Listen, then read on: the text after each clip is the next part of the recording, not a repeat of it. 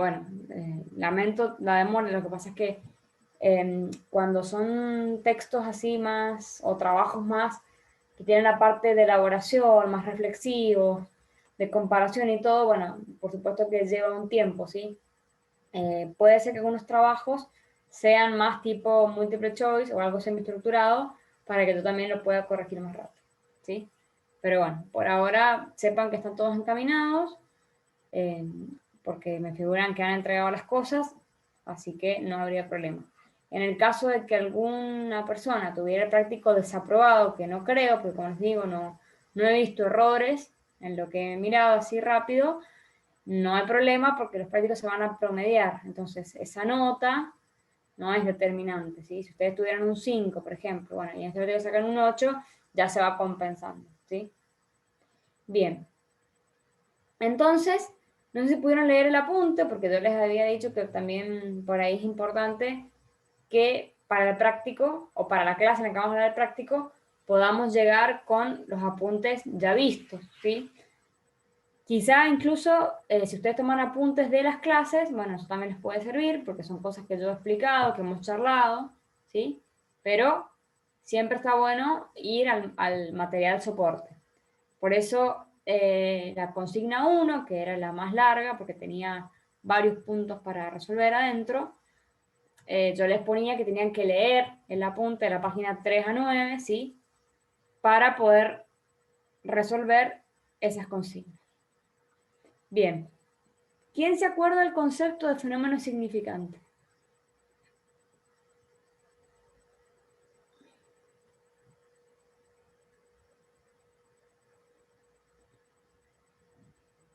¿Quién me puede decir?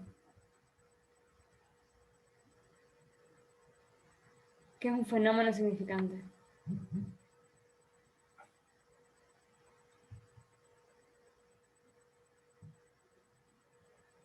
No sé si lo han leído, si se acuerdan algo, si tienen los apuntes de clase.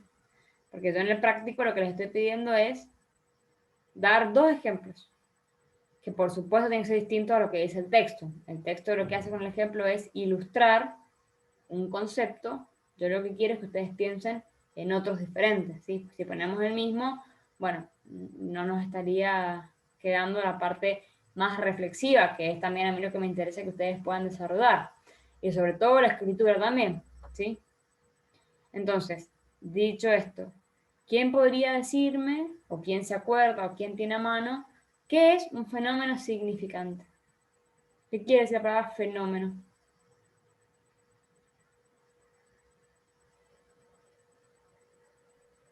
Darle un sentido a algo, atribuirle una interpretación a un fenómeno, digamos, a un hecho, a un suceso. Bueno, por ahí va, sí. Entonces sería un hecho, un suceso que en definitiva tiene o adquiere cierta significación en un contexto determinado, ¿sí?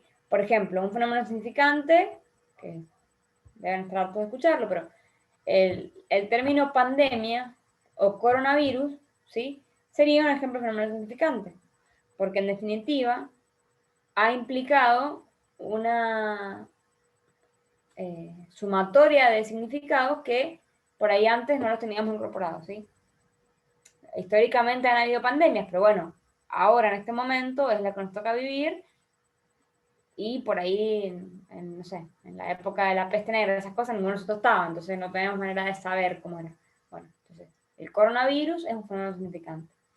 Yo puedo pensar también en cosas de la naturaleza, yo puedo pensar en un tsunami, ¿sí?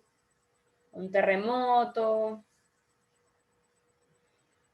Puedo pensar también en cosas sociales, como los pañuelazos, una marcha, ¿sí?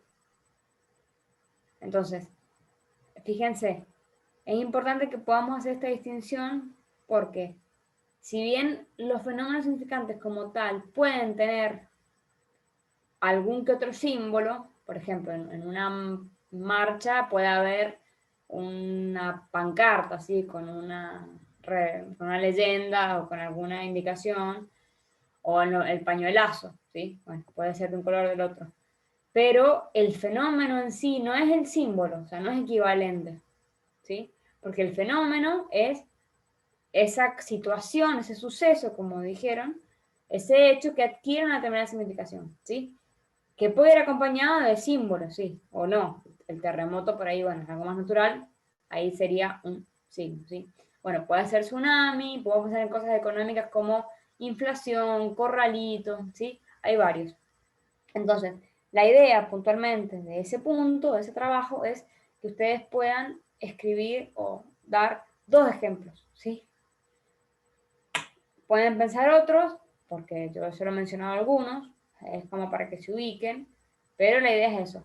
¿Cómo vamos a saber el ejemplo? Y tengo que entender primero el concepto. Entonces, voy a volver, si no lo entiendo, voy a volver a la teoría y voy a fijarme qué está entendiendo la autora por fenómeno significante, ¿sí?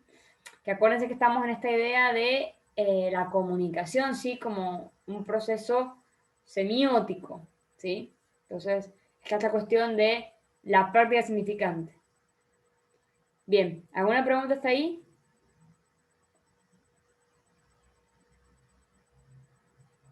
¿No? ¿Vamos bien? ¿Vamos bien? Sí, profe. Bien. Bueno, vamos con el punto 2.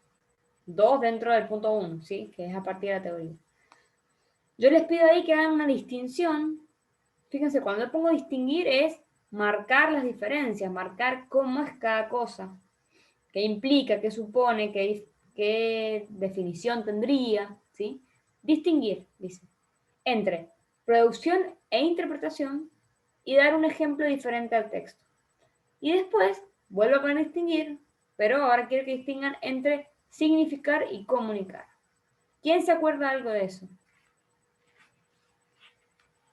¿Qué era la producción? ¿De qué se habla de producción? ¿Con qué tiene que ver?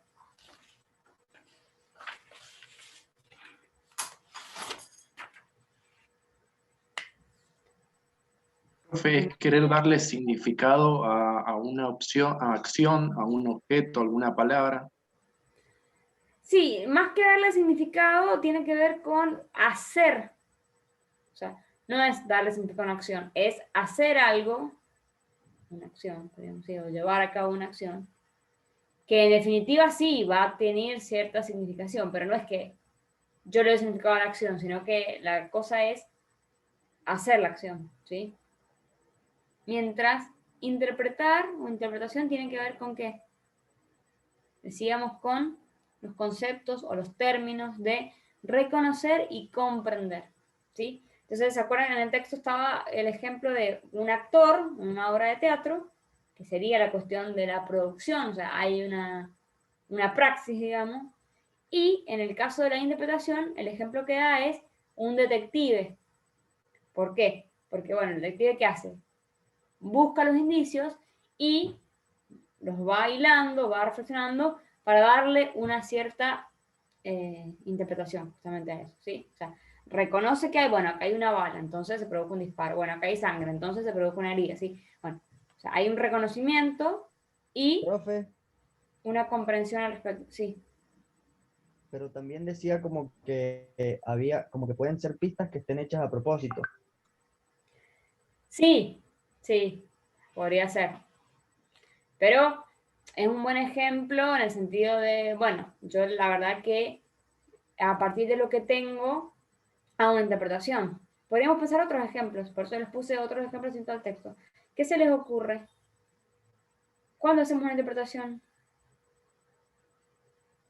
Para corrernos un poco del ejemplo que da el texto. Puede ser cuando escuchamos alguna canción o algún tema musical, alguna banda. Bien, puede ser cuando yo escucho algún tema, por ejemplo, sí.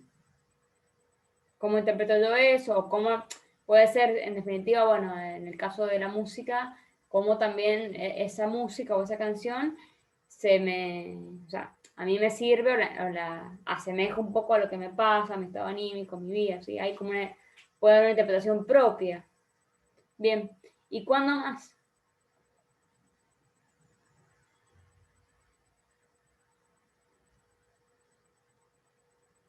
¿Ustedes cuando estudian qué hacen? Profe, puede ser de la manera en cómo entendemos lo que nos explican. Sí, exactamente. Cuando yo les doy un texto, yo o cualquiera, les da un texto, ¿sí? Que tiene X características. Y ustedes tienen que resolver ciertas cosas a partir de ese texto. Ahí también están haciendo una interpretación, ¿sí? Se supone que la idea es que sea fiel a lo que dice. Lo mismo que si volvemos al caso del ejemplo, o sea, al caso que está en el ejemplo, el que se supone que detective va a hacer las cosas en función de lo que está viendo, o sea, no se va a inventar, ¿sí? Por eso, una interpretación, en tanto, yo lo que tengo es algo que me sirve para justamente, bueno, reconocer y en función de eso también comprender, ¿sí? Por eso se habla de interpretar. Podríamos también hablar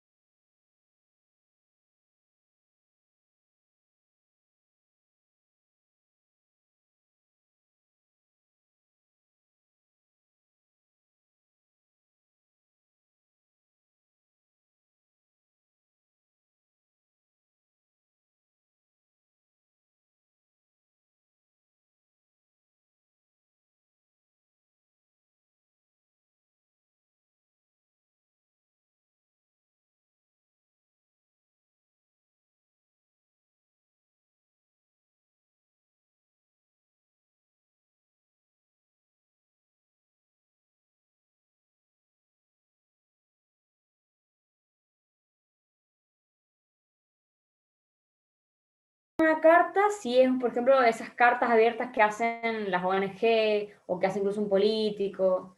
Eso sí, se puede pensar como un ejemplo de subjetivación, porque no estoy pensando en cada persona específicamente, estoy pensando en un grupo, listo. Entonces, yo mando el comunicado y listo, ¿sí? Bien. Los decretos podrían ser también, los decretos Los presidenciales. hospitales también, profe. ¿Los qué? Los hospitales en distintas áreas informan a un grupo de personas. Por Sí. ejemplo, ginecología informa del papilacolpo o de... Sí, bueno, sí, ahí podría ser.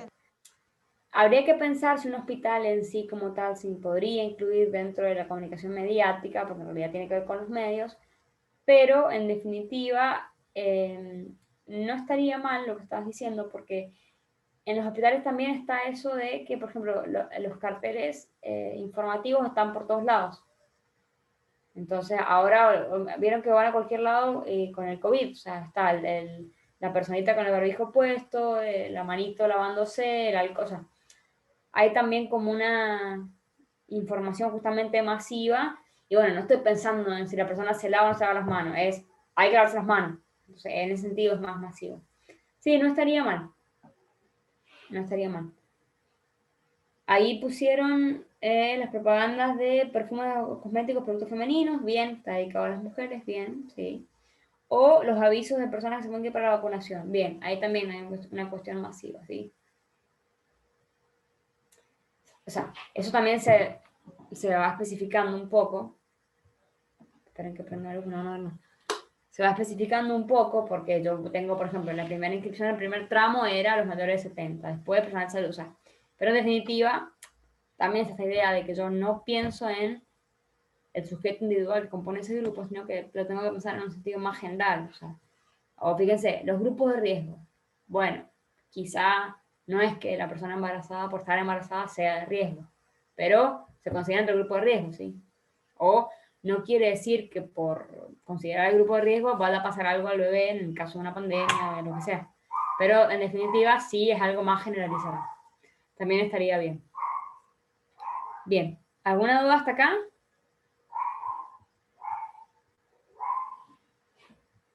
¿Vamos bien? Bueno, eso sería la primera parte que está bien atenida al texto, ¿sí? Es decir, tienen que leer la teoría y en función de la teoría ir respondiendo.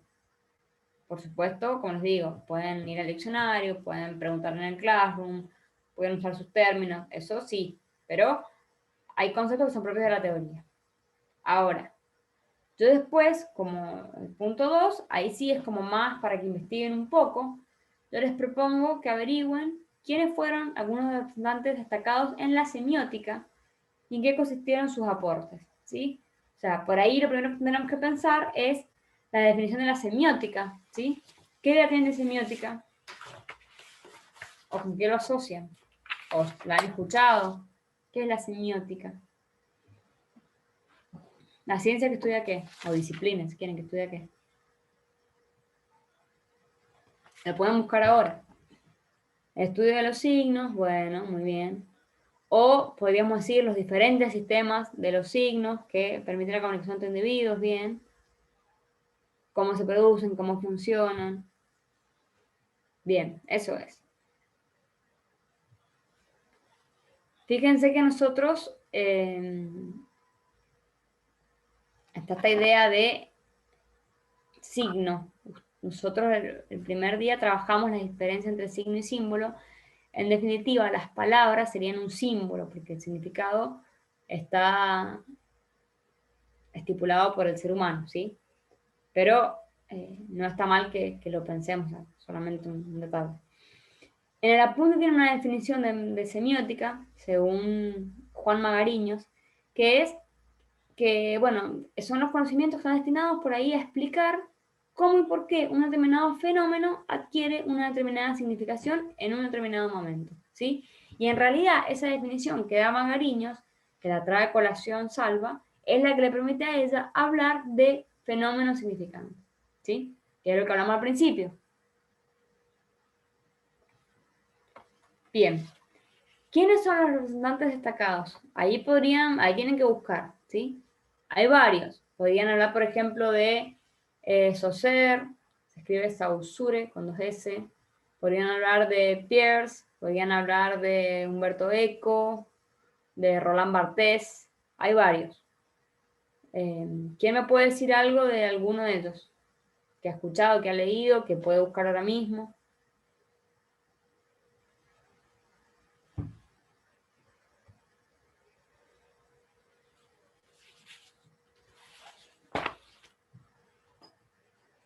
Por ejemplo, Saussure.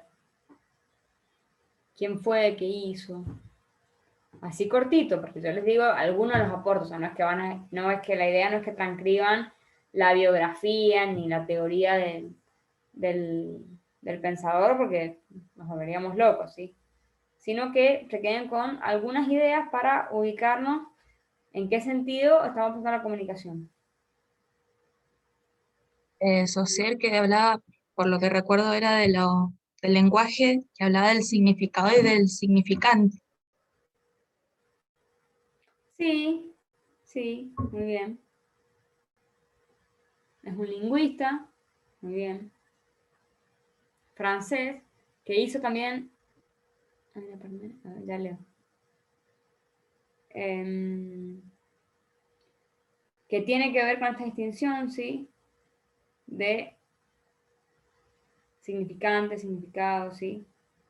Por ahí también se lo considera como el fundador o padre de la lingüística estructural, ¿sí? Porque fíjense también, la lingüística es el estudio del lenguaje, ¿sí? Entonces también le interesó el tema de la gramática, ¿sí? Entonces está bien lo de significado y significante, sí, bien. ¿Qué otro? Roland Barthes, por ejemplo, o Peirce.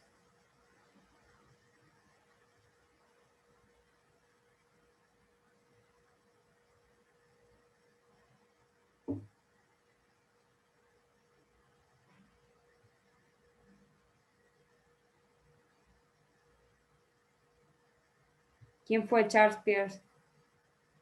Búsquenlo, si no pretendo que lo sepan ahora.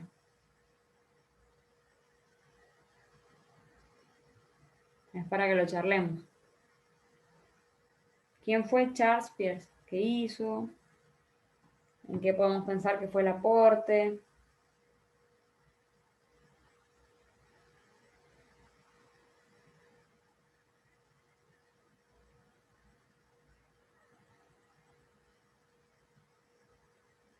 ¿Qué me pueden decir? Filósofo estadounidense, Sí, y que funda el pragmatismo como una corriente filosófica. bueno, del pragmatismo. ¿Qué quiere decir que algo es pragmático? Esta persona es muy pragmática. Profe, dice es la teoría filosófica según el cual el único medio de juzgar la verdad de una doctrina moral, social, religiosa o científica. Bueno, la idea del pragmatismo, la pragmática, eso viene del griego pragma, que significa cosa, tiene que ver con la cuestión de la práctica, ¿sí? O sea, ese interés por las cosas prácticas, las cosas, ¿sí? Entonces, sin indagar en todo lo que fue la pragmática, porque tenemos una corriente filosófica que tiene varias variantes, no vamos a meternos en eso, solamente para que ustedes averigüen un poco. Está esta idea de, bueno, que a él le interesó también la parte del lenguaje, ¿sí? En definitiva, el pragmatismo después tiene otros autores. Está James, ¿sí? Hay muchos. Pero lo que le interesa es el significado de un concepto, ¿sí? O sea, está como puesto el interés en eso. En una teoría general de los signos que los clasifique e identifique. Bueno, sí. Por eso, de los signos lingüísticos sería, o el significado del concepto, ¿sí? Que tienen que ver también con cierta práctica. Bien. ¿Qué me pueden decir de Roland Barthes, por ejemplo. Barthes con B alta y TH. Barthes. Francés.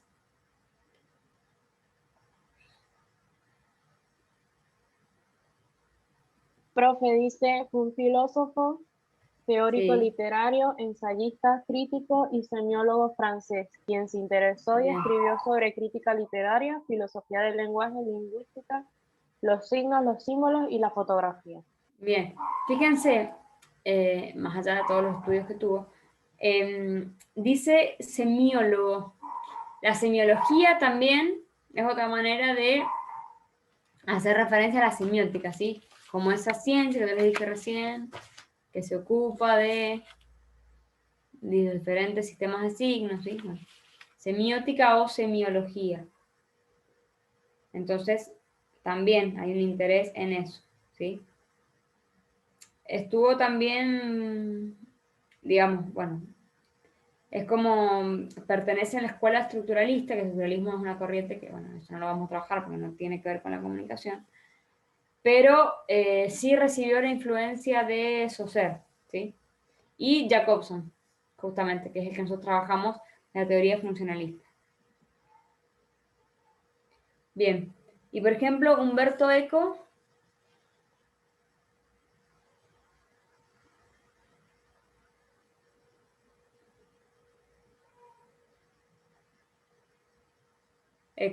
italiano.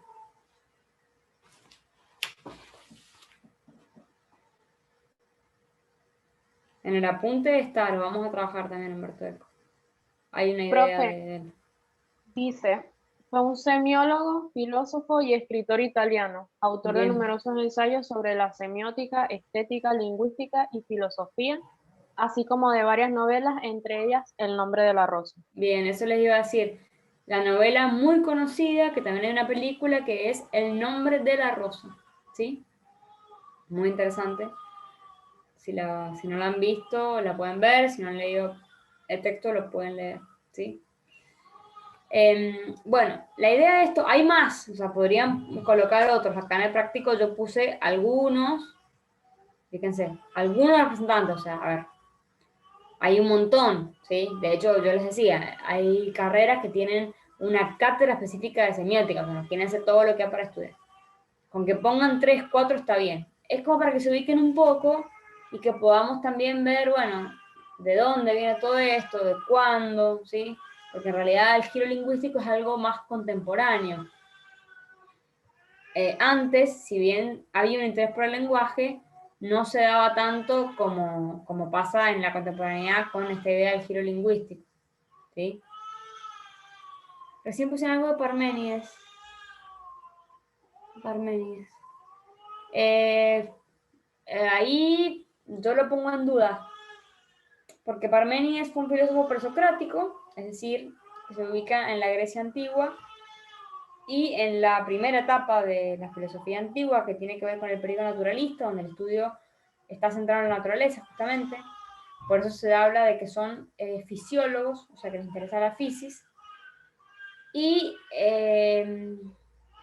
se interesaba sobre todo por el ser. Entonces yo no consideraría que se puede considerar un representante de la semiótica.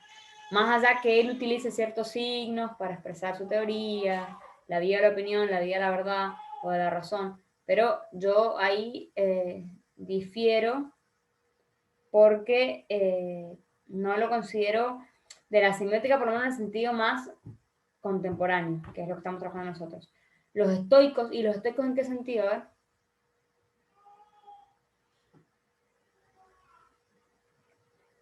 ¿Me está escribiendo?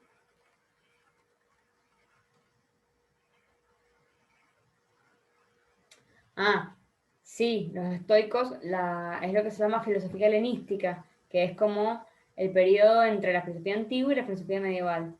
Ahí está el estoicismo, el epicureísmo, el eclecticismo, o sea, hay varias corrientes. Pero tampoco lo consideraría que el interés esté puesto en el signo como tal, ¿sí?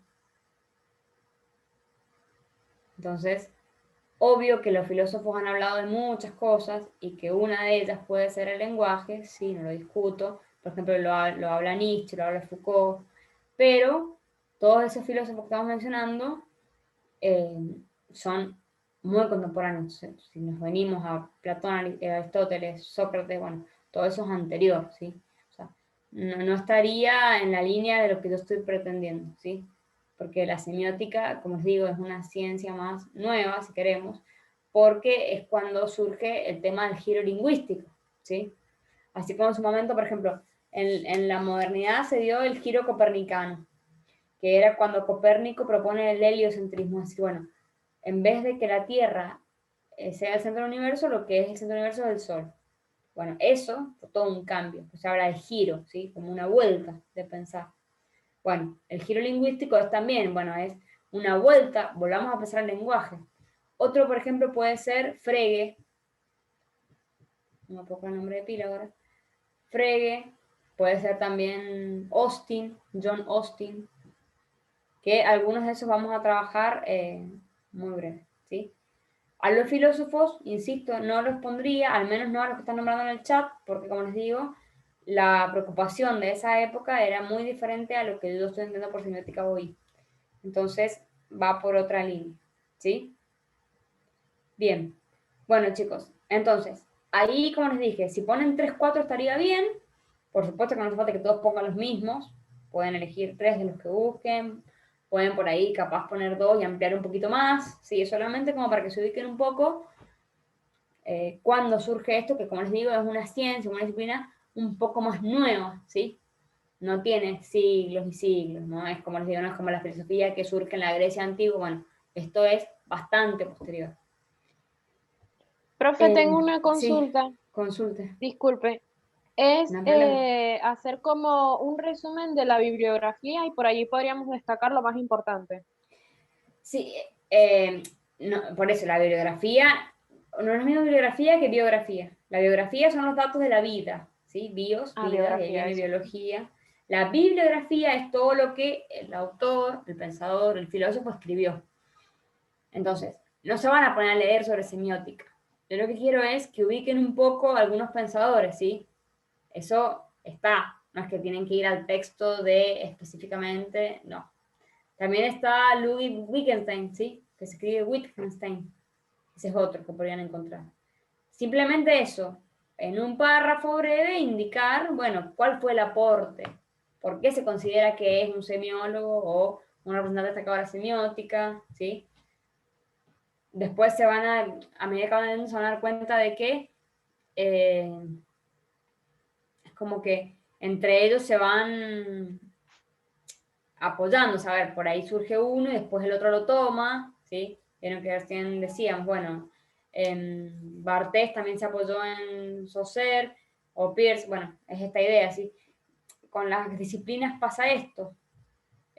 Una teoría propuesta por una persona, un pensador, un filósofo si quieren, bueno, después es tomada y refutada por los demás. Entonces, bueno, por eso también pasa en todo, sí. De hecho, en la computación, yo porque de eso sé muy poco, pero perfectamente, si ustedes por ahí me pueden decir un poco más, seguramente la teoría que surgió en X tiempo, bueno, ya después se refutó, se mejoró, o se tomó un concepto, pero se le agregó otro, ¿sí?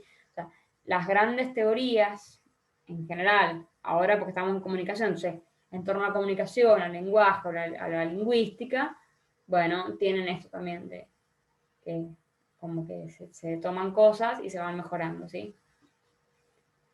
No porque sean, es eso, como decíamos, no es que se mejoran en el sentido de que lo demás no sirve, es, bueno, me sirvió para pensar esto y yo de esto saco otra idea, ¿sí? Bien, ¿hay alguna pregunta?